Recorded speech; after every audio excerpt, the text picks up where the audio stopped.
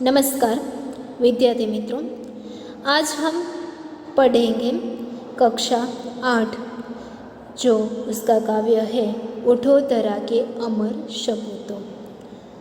पहले हम कवि का परिचय लेंगे, जिसके कवि है द्वारिका प्रसाद महेश्वरी। द्वारिका प्रसाद महेश्वरी का जन्म 1 सितंबर 1916 को रोहता, आगरा, उत्तर प्रदेश में हुआ था। 29 अगस्त 1958 में उनकी मृत्यु हुई। उनके 6 काव्य संग्रह और 2 खंड काव्य, 26 बाल साहित्य, 3 कहानी संग्रह तथा अन्य साहित्य भी प्रकाशित है। इतना ऊंचा उठोदरा के अमर सपूतों। कौन सिखाता है चिड़ियों को, चांदा मामा आ, पुनः नया निर्माण करो, माँ यह वसंत ऋतु, हम सब सुमन एक उपवन के, उनकी प्रसिद्ध कृतियों है।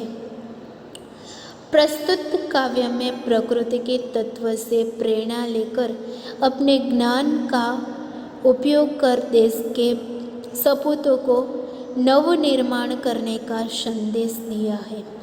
यहाँ पर जो हमारा काव्य है उसमें प्रकृति के हमारे तत्व है, जो फूल है, चांद है, उस प्रकृति के तत्व को लेकर हमें उदाहरण देकर यहाँ पर कवि ने बहुत अच्छी से बात कही है। हमारे देश सदियों तक गुलाम रहा।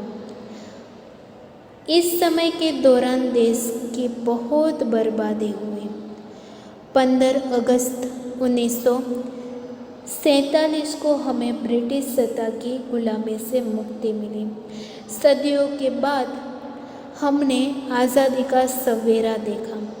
यह कविता उस समय की रचना है। इसमें कवि ने देश के सपूतों से देश का नवनिर्माण की ये काव्य लिखी है। तो चलो विद्यार्थी मित्र, हम यहाँ पर पहले काव्य पंक्ति है वो पढ़ेंगे, उसके बाद यह काव्य पंक्ति की समझौती लेंगे। तो चलो काव्य की शुरुआत करें। उठोदरा के अमर सपूतों, पुनः नया निर्माण करो, जन जन के जीवन में फिर से नवस्फूर्ति, नव प्राण भरो। यहाँ पर कवि कहना चाहते हैं कि हे भारत माता के अमर सपूतों, पुत्रों, गुलामी की रात बीत गई है और आज़ादी का सवेरा हुआ है। सब तुम अज्ञान आलस्य की नींद से जागो और देश के नवनिर्माण में लग जाओ। तुम्हें देशवासियों के जीवन में फिर से नई उत्साह भरना है, इनमें नए प्राण का संचार करना है।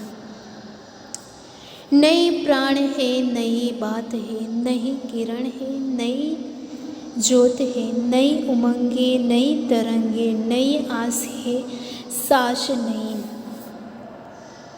आगे देखते हैं। युग युग के मुरझे सुमनों में नई नई मुस्कान भरो। उठोदरा के अमर सपूतों, पुनः नया निर्माण करो। डाल डाल पर बैठे विहंग कुछ नए स्वरों में गाते हैं, गुन गुन करते हैं भौरे, मस्त उधर मंडराते हैं। यहाँ पर कवि कहना चाहते हैं कि आज़ादी की नई सुबह में नई चर्चियों हो रही है, नए विचार की किरणों फैल रही है। सब अपने जीवन में नए प्रकाश का अनुभव करते हैं। लोगों के मन में नई उमंग है और हौसले की नई लहरें हैं। सबके मन में नई आशी है। आज देशवासी आज़ादी के सांस ले रही है। ये देश है सपूतों, तुम्हें युग युग के मुरझाए हुए फूलों को नई मुस्कान देनी है। इन्हें फिर से खिलाना है। आगे देखिए कवि क्या कहना चाहते हैं। नवयुग की नूतन वीणा में नया राग है, नवगान है। उठो धरा के अमर शपूतो, पुनः नया निर्माण करो। कली कली खिल रही इधर, वह फूल फूल मुस्काया है। यहाँ पर कवि कहना चाहते हैं कि आज़ादी की इस सुबह में प्रकृति भी आनंदित है। पेड़ों की डालियों पर बैठे पक्षियों के स्वरों में भी नवनीनता है। वे भी ऐसे खुशी का गीत गा रहे हैं। बागों में भौरे गुजार करते हुए मस्ती से मंडरा रहे हैं। हे देश के सपूतों, स्वतंत्रता के बाद देश में नया युग आया है। इस नए युग की वीणा में तुम्हें नए राग और नए गान भरने हैं।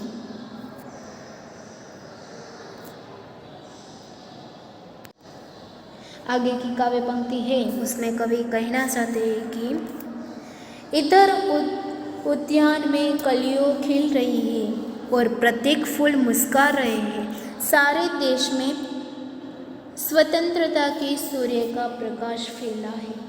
ऐसा लगता है कि जैसे भारत माता का शरीर आज सुनहरा हो रहा है। हे देश के सपूतों, तुम्हें अपने मंगलमय वाणी से इस संसार रूपी उद्यान को गुंजित करना है। आगे की काव्य पंक्ति में कवि क्या कहना चाहते हैं।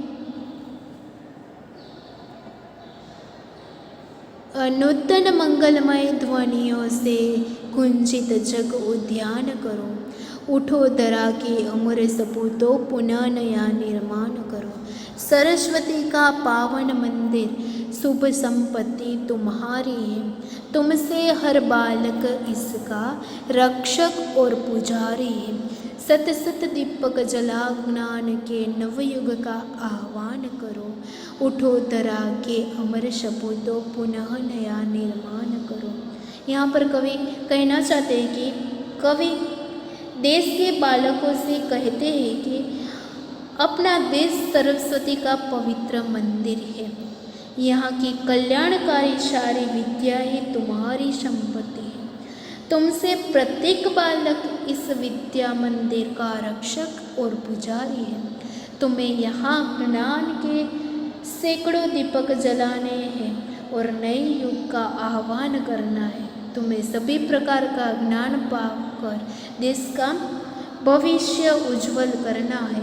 इसलिए यह हमारा भारत देश है, उसको उसके उत्थान प्रवृत्ति, नवनिर्माण प्रवृत्ति में आप लगे रहो।